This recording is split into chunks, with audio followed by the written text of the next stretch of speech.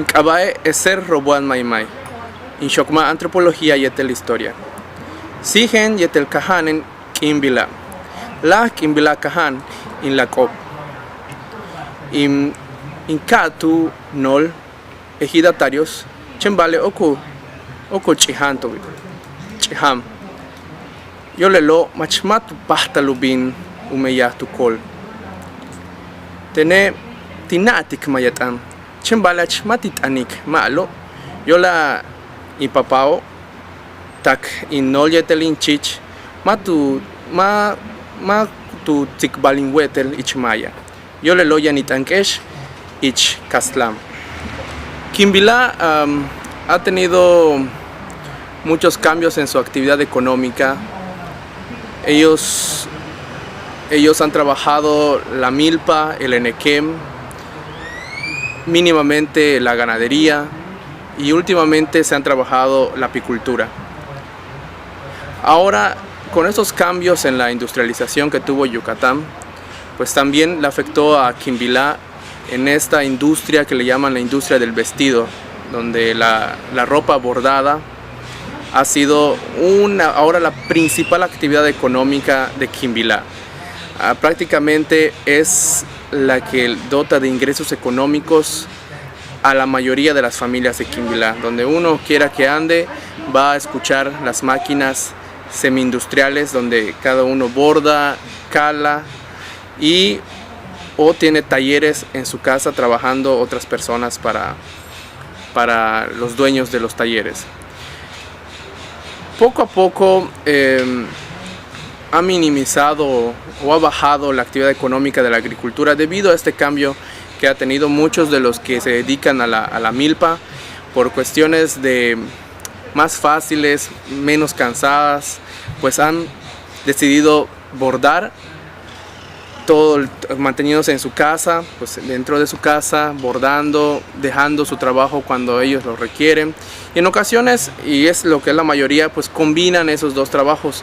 Van en las tardes a buscar sus ganados, a atenderlos, a darles de comida, o van a revisar a sus abejas para ver cómo anda la producción de la miel, y luego se dedican a bordar, costurar, cortar, todo lo que implica este proceso productivo de la ropa típica. Muchos de estas personas también, muchos de los señores, los hombres que se han integrado a esta actividad económica que comúnmente pues era un trabajo destinado solamente a las mujeres. Los hombres cuando hubo la caída del enequem, la crisis del enequem, pues no encontraron otras opciones inmediatas para laborar. Entonces ellos es como se fueron integrando también a esta actividad económica del bordado. Sin embargo, todavía hay gente que aunque no tan mínimo, pero sí hay gente que va a cultivar. Por ejemplo, en esta época que estamos en agosto, septiembre, muchos están cosechando sus milpas, sus elotes, los cuales les ayuda mucho en el ahorro económico familiar, porque de ahí sacan sus tortillas, sus atoles, hacen panes de elote para consumir entre la familia. Y es ahí donde el monte y sus milpas, el enequem y toda esta parte que rodea al pueblo todavía mantiene su importancia en la vida cultural y social de Kimbila. En Kimbila, las formas de autoridad que existen son el comisario municipal y el comisariado ejidal. Prácticamente son estas dos figuras de autoridad que existen o que rigen la vida comunitaria de mi pueblo. Los ancianos, la gente de edad, todavía mantiene su importancia dentro de la comunidad, pero básicamente se reduce a la familia, a la dinámica familiar, donde los abuelos son los que en ocasiones reparten sus terrenos al interior del pueblo, son los que dividen los solares al interior de la comunidad, son ellos los que deciden a qué hijo y a cuál no darle un terreno, sino también heredan los trabajos en la milpa todavía hay jóvenes, son muy pocos, pero hay jóvenes que todavía van a trabajar en el monte, van a sembrar y cosechar milpa. Algunos van junto con sus papás a cortar pengas de nequén para ir a venderlos a la desfibradora que está en el pueblo contiguo, que es Quitilcum, y de ahí sacan muchos sus ingresos económicos y familiares. Entonces todavía los papás y los abuelos mantienen una importancia, al menos dentro de la dinámica familiar. En el nivel general, el comisario y el comisariado ejidal son las autoridades que rigen el pueblo. Solamente que la legitimidad de estas dos autoridades en estos últimos años ha menguado. Se ha disminuido esa legitimidad ante esas dos autoridades. Prácticamente antes, yo recordaba, cuando uno era comisario municipal, se le tenía respeto, así también me lo habían platicado mis abuelos y mis papás. Aquel que era comisario municipal y comisario ejidal era la gente que se le respetaba y que en ocasiones también se les tenía miedo.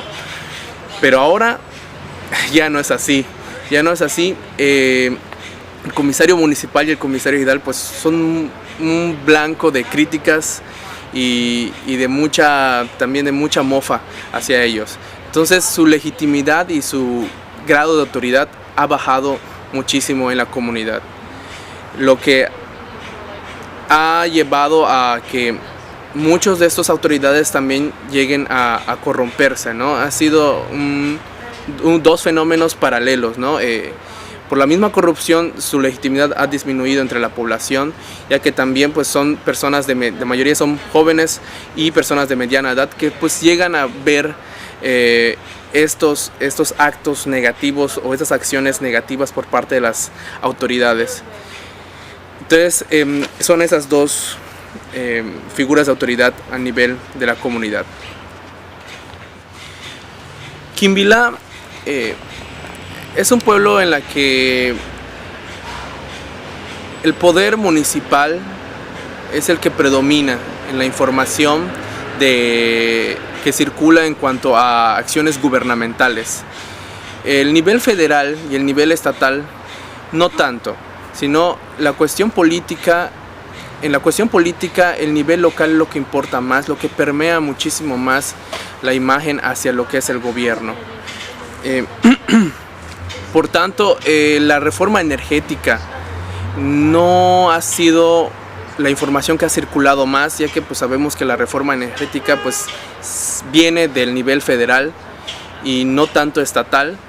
Entonces, la información que circula en la comunidad de Quimbilá sobre la reforma energética es demasiado poca.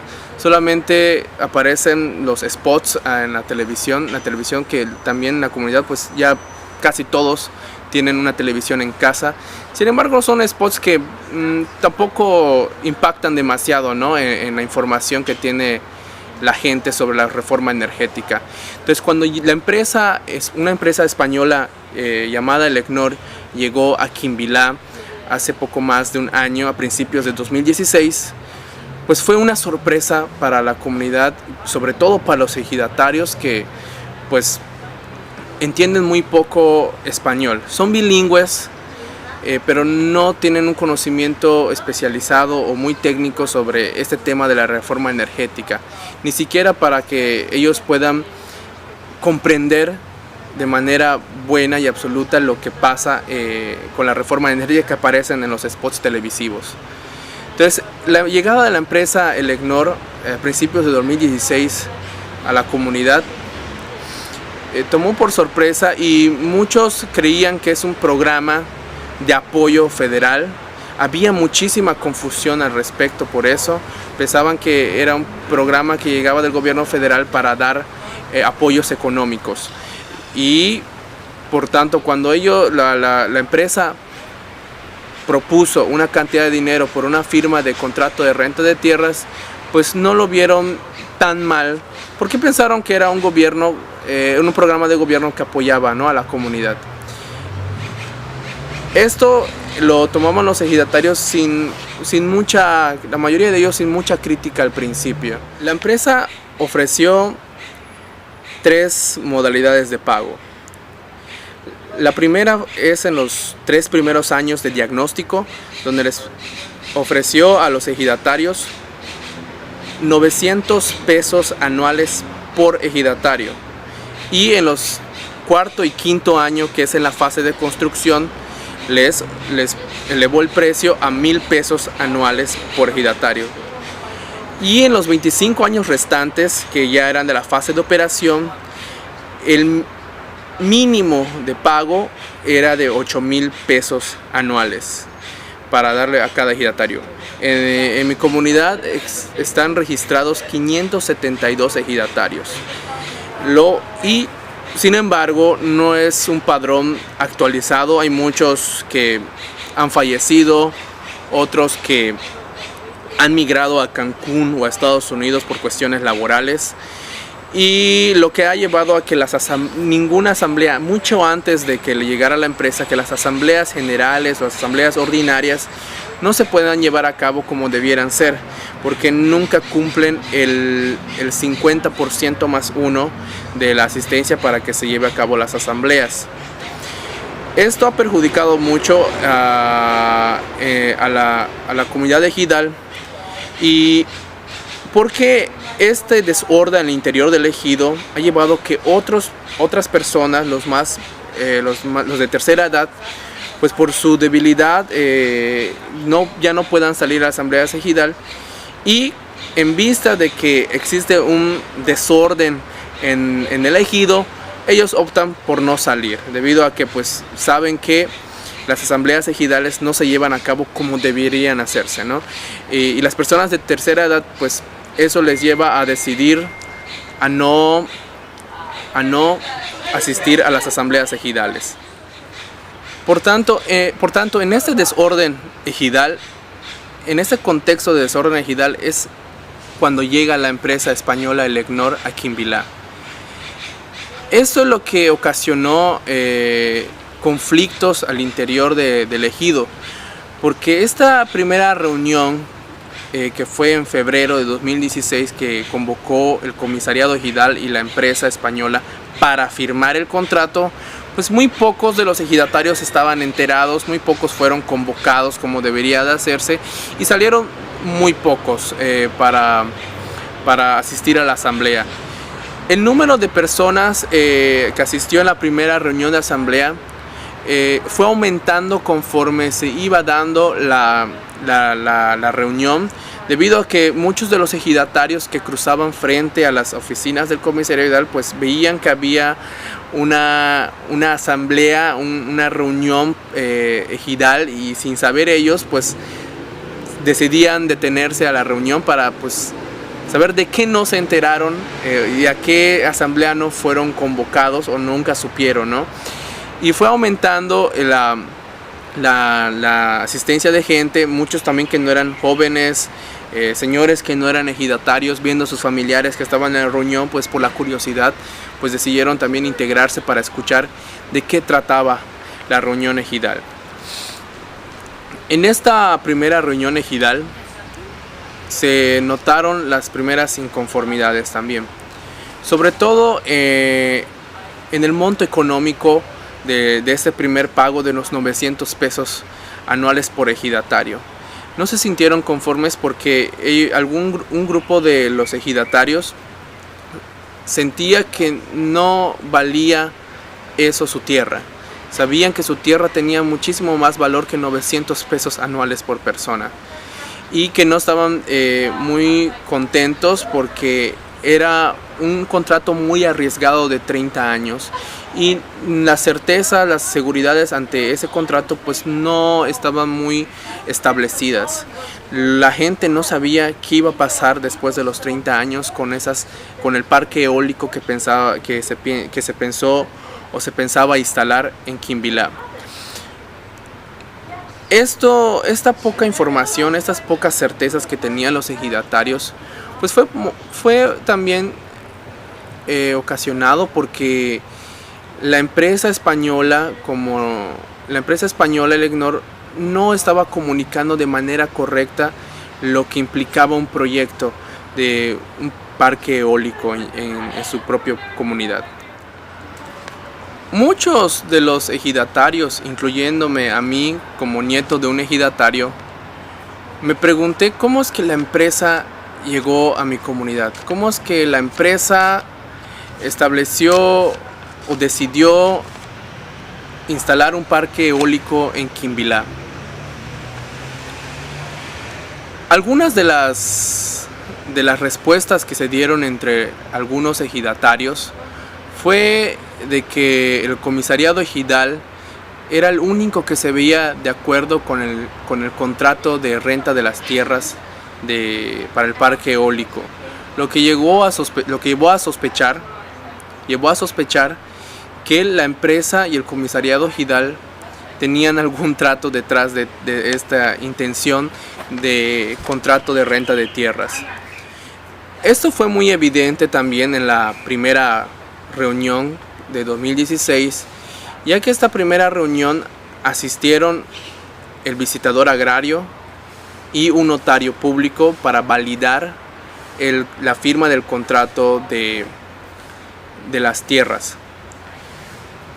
En este primer contrato de tierras se pensaba arrendar cerca de 77 hectáreas. Cerca de 77 hectáreas para la fase de construcción y de operación. Una de las estrategias que utilizó la empresa para acceder al pueblo fue primero vía el comisariado ejidal, persuadiendo al comisario ejidal de que este contrato iba a ser muy bueno y que como comisariado ejidal él tenía que convencer a la comunidad para firmarlo. Y en las reuniones siempre la empresa decía que tenían el dinero presente, el dinero en efectivo presente, para que ellos, pues la gente pues animara a firmar rápidamente el contrato. Fue una estrategia evidente porque siempre que ellos hablaban lo enfatizaban mucho en las reuniones, diciendo que solamente tenían que firmar e inmediatamente procedían al primer pago de la renta de tierras. Esta no fue una estrategia muy inocente. Muchos entendieron, muchos de los jóvenes, muchos de los hijos de los ejidatarios pudieron percatarse de esta estrategia poco inocente de tener que pagar inmediatamente. Sabía tanto el comisariado ejidal como el visitador agrario, sabían que la comunidad podría caer de esta manera fácilmente o podían acceder fácilmente a la firma del contrato de tierras. Algunos jóvenes de la población de Quimbilá y algunos hijos también que no residían en Quimbilá, pero son hijos de ejidatarios que viven en otra parte, pusieron sobre aviso a sus padres y a algunos ejidatarios sobre los posibles riesgos que un parque eólico podía generar en la comunidad. Al momento de saber sobre estos riesgos, posibles riesgos de la instalación de un parque eólico en la comunidad, muchos de los ejidatarios se sintieron muy decepcionados, ya que ellos dicen que la empresa, la Procuraduría Agraria, nunca les advirtió sobre estos riesgos. Entonces fue algo que les levantó más inseguridades al momento de decir, bueno, si lo firmaremos o no firmaremos, aceptaremos el trato o no lo aceptaremos. Como no se llevó a cabo la primera reunión, se convocó a una segunda asamblea, donde definitivamente la mayoría de los ejidatarios ovacionaron y dijeron en voz alta que no querían nada más que ver con la empresa española, ni no querían saber nada más del contrato. Aún así, el comisariado ejidal convocó a una tercera asamblea, ya que tampoco se pudo llevar a cabo la segunda asamblea, porque no se reunió el quórum necesario. Esto pues contravino contra el deseo de la asamblea de ejidatarios, ya que la asamblea de los ejidatarios dijeron que no quieren nada más. Aún así, el comisariado ejidal convocó una tercera asamblea, y es cuando los ejidatarios, con la ayuda de algunos jóvenes, decidieron meter una queja contra la Procuraduría Agraria por este acto que no estaba respetando que no estaba respetando la decisión de la asamblea. Al momento de meter la queja contra la Procuraduría Agraria, inmediatamente a los 3 días se canceló la tercera convocatoria de asamblea ejidal.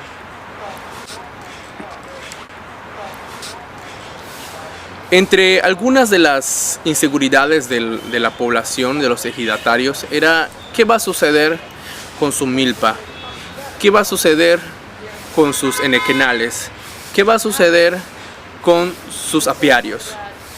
Había muchas inseguridades porque ellos no tenían también la seguridad y la certeza de dónde precisamente iban a estar esos aerogeneradores, dónde van a estar los caminos de conexión, dónde van a estar las estaciones, dónde van a ser construidas todas esas cosas. Y ellos no sabían a ciencia cierta pues si iban a tener que movilizar sus milpas, si iban a tener que desplazar sus enequenales, si iban a tener que desplazar sus ranchos ganaderos, o si van a tener que desplazar o mover sus apiarios, lo que les inquietó mucho, ya que en el caso de los apicultores, ellos saben que los apiarios no pueden estar muy cerca uno del otro porque si no, no producirían miel como debiera ser. Entonces, estas cuestiones no estaban contempladas en el proyecto del parque eólico. Muchos decían, bueno, y mi milpa, si la mueven, pues hasta dónde me la van a llevar, me la van a dejar más lejos, me la van a dejar más cerca, y si me la dejan más cerca o más lejos, puedo también tener problemas con otros ejidatarios que tienen sus milpas al lugar donde me lo van a mover. Entonces había ya empezaban a ver los ejidatarios muchos posibles conflictos que pudieran aparecer y a la cual pues la empresa tal vez no iba a tener que lidiar, sino entre los mismos ejidatarios tendrían que resolver esos problemas que obviamente iban a ser consecuencias de la instalación del parque eólico. Estos posibles conflictos, estos posibles problemas que ellos estaban viendo, les llevó a decidir mejor no explorar nuevos problemas en nuestra comunidad. No queremos evitar estos conflictos al interior entre nosotros los ejidos, entre mi propia actividad productiva, y es lo que ellos decidieron. No queremos nada del parque eólico. Sin embargo, el comisariado ejidal y la empresa española y la Procuraduría Agraria insistieron mucho en que el proyecto eólico iba a ser de beneficio para toda la comunidad. Otro de los problemas que aparecieron en la comunidad fue que los no ejidatarios, aquellos que no están dentro del padrón ejidal, sintieron que también podrían ser afectados por este parque eólico.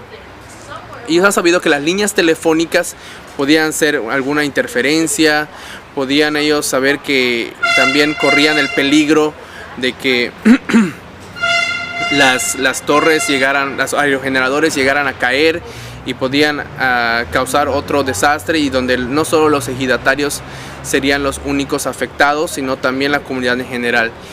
Esto llevó a que la comunidad no ejidataria de Quimbilá exigiera también su participación, que también sea escuchada su voz para decidir o no si se instalaba o no el parque eólico. Entonces fueron estos conflictos que la empresa eólica ni la Procuraduría Agraria supo contemplar o ni siquiera tenía la intención de resolver.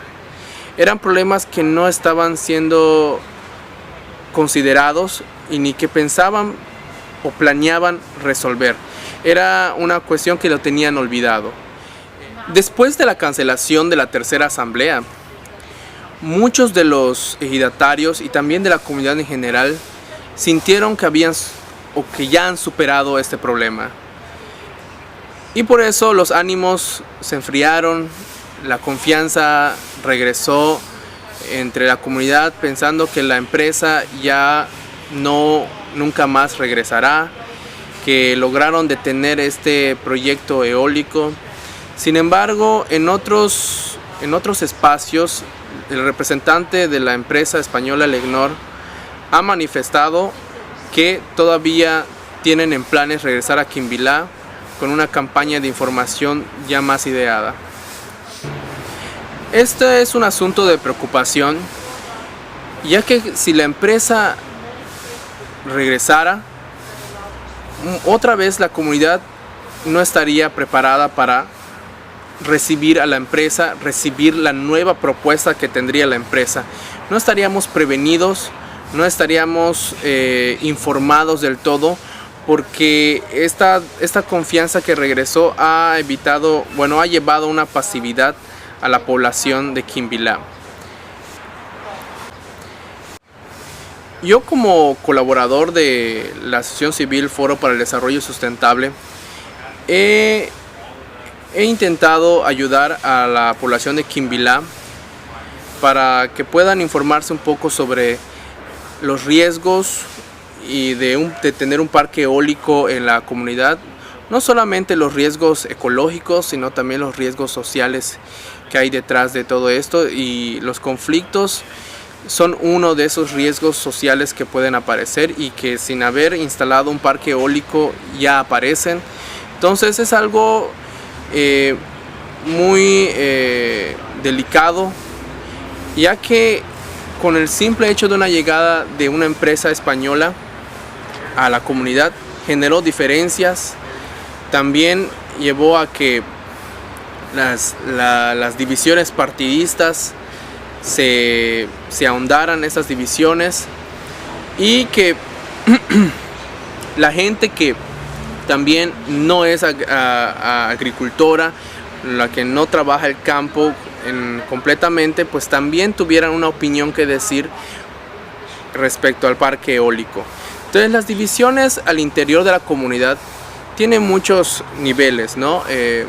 Niveles entre los que son y no son ejidatarios, entre los que trabajan y ya no trabajan la tierra, entre los que son de un partido político y los que no son de otro partido político, los que ya son jóvenes, los que son personas adultas de mediana edad y las personas de la tercera edad.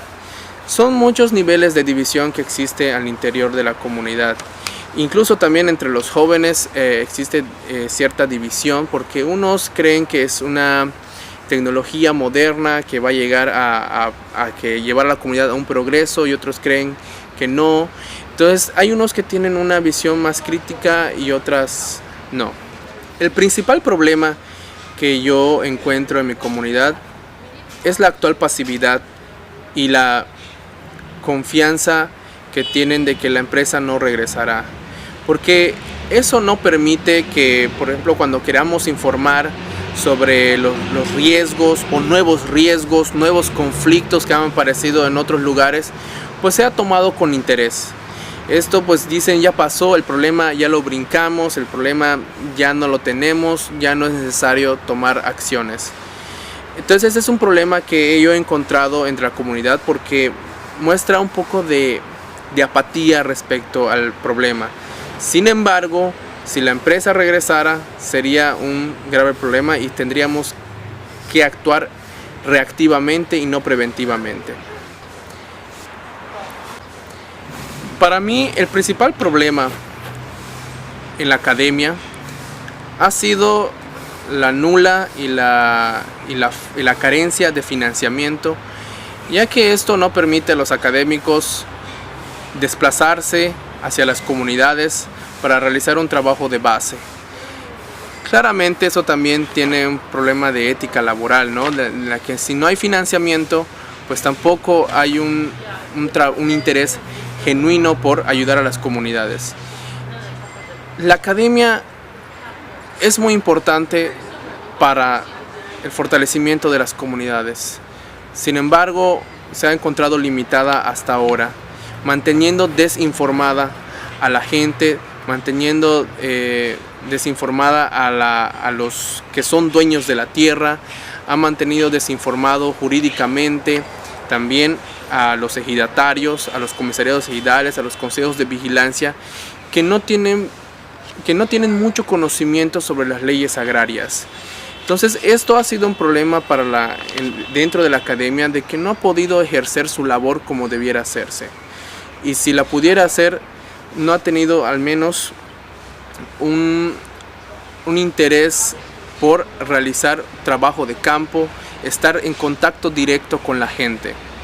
Entonces es un problema que existe en la academia y que creo que si se resolviera podría hacerse muchos cambios, muchos cambios benéficos para las comunidades de Yucatán y también para las otras comunidades como en otros estados donde se está instalando parques eólicos, donde se le pueda dar movilidad a los académicos, investigadores interesados por ayudar a las comunidades a que puedan defender sus propios territorios. En el caso de Yucatán, este es un problema muy notorio. La ausencia de los académicos y los investigadores locales ha sido un problema para las comunidades porque nunca están dispuestos a ir con la gente, platicar con la gente, a enseñar a la gente, a informar a la gente. Creo que este sería un buen momento para que la academia local, estatal de Yucatán, tome un papel más activo en este problema de la reforma energética que está llegando a nuestro estado de Yucatán. El caso de Quimbilá no es un caso aislado, ¿no? Hay otros municipios como Sinanché, Cansacap, Temash, Motul,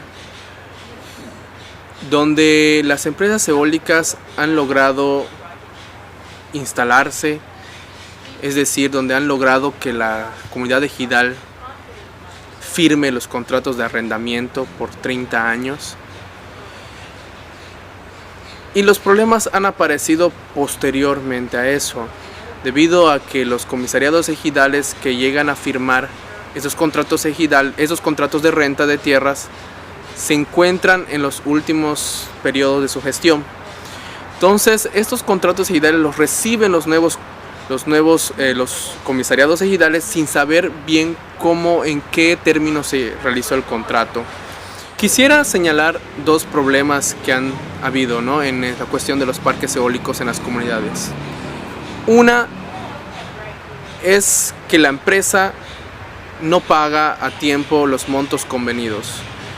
No realiza los pagos, lo que la gente pues dice, bueno, este es un incumplimiento de la empresa, pero ellos en todas esas ocasiones pues no han sabido qué hacer, cómo exigirle a la empresa, ¿no?, que sean los pagos convenidos. Eso se suma a que si los pagos son bajos, en muchas ocasiones las empresas no cumplen en el tiempo convenido dichos pagos. Un segundo problema es que aparecen propietarios, aparecen ejidatarios de las comunidades circunvecinas que se sienten también perjudicados en su trabajo productivo y que eso hace que entren en conflicto con la población vecina. Supuestamente en los proyectos de parques eólicos o parques de energías renovables, estos problemas debieron haberse prevenido. Entonces ha habido problemas legales entre las mismas comunidades ejidales porque dijeron, pues ¿cómo pudiste haber firmado un contrato si sabías que me iba a afectar a mi ejido? O si iba a afectarme a mi propiedad privada que está al lado de tus terrenos ejidales. Prácticamente han sido esos dos problemas que han generado en esas comunidades por la firma de un contrato apresurado. Realmente las empresas, la Procuraduría Agraria y los comisariados ejidales procuran que la firma de los contratos sea lo más rápido posible, sin que exista un diálogo entre la empresa y la comunidad para poder acordar las cláusulas del contrato que puedan convenir a los dos, que puedan ser de beneficio a las dos partes.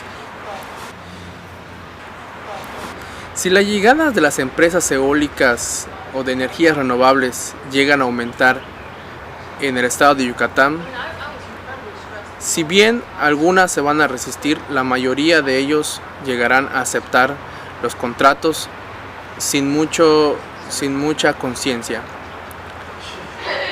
Lo que obviamente se espera es que hayan muchísimos más conflictos posteriores a las firmas de contratos y en algunos casos haya conflictos por no poder acordar bien cuáles serían las cláusulas que puedan convenir al ejido y a los no ejidatarios y también a la empresa. En definitiva, también los visitadores agrarios que pertenecen a la Procuraduría Agraria al parecer no tienen planes, no tienen una idea en mente para saber cómo abordar estos problemas. No han sabido cómo asesorar a la asamblea ejidal de las respectivas comunidades.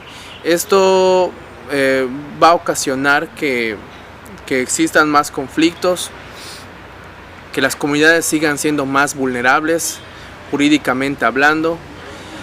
Y esto se entiende porque los visitadores agrarios no sienten ese interés por la tierra, no sienten ese deseo por proteger realmente a los dueños de las tierras.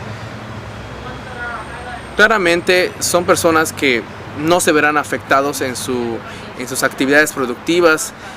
Muchos de ellos no tienen intereses de tierras en las comunidades. Ellos son personas que vienen de la capital del estado, son de Mérida. Muchos son personas que sí nacieron en el interior del estado, pero radican en Mérida, y por tanto no existe esta empatía, ¿no?, por esta gente que todavía trabaja la tierra. El gobierno del estado tampoco tiene mucho interés por esta problemática. En este fin de sexenio claramente pues existen otros intereses, existen otras prioridades para ellos. Ni siquiera el mismo gobierno sabe qué está pasando con esta reforma energética que aterriza a su estado. Entonces se vuelve mucho más complicado para el gobierno del estado saber qué hacer o qué decirles a las comunidades locales.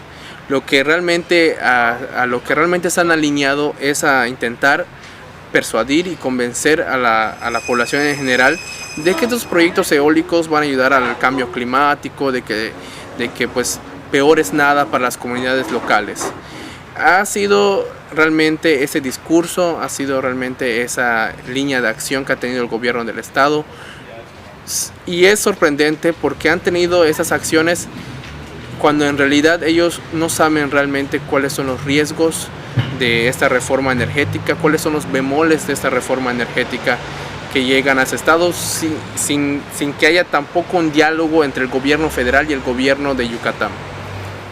Como jóvenes que todavía vivimos en las comunidades ejidales, lo único que podemos hacer ahora es informarnos sobre qué son estos parques eólicos, sobre qué son estos parques solares fotovoltaicos, qué problemas económicos, qué problemas jurídicos, qué problemas ecológicos, qué problemas sociales pueden afectar a nuestra comunidad. Nuestro deber como hijos que hemos tenido el privilegio de tener una educación universitaria, tenemos la responsabilidad de enseñarles a nuestros padres, de informar a nuestros padres sobre estos riesgos que traen estas nuevas tecnologías de energías renovables. Es momento de que nosotros podamos realmente hacer algo por la comunidad en la que vivimos.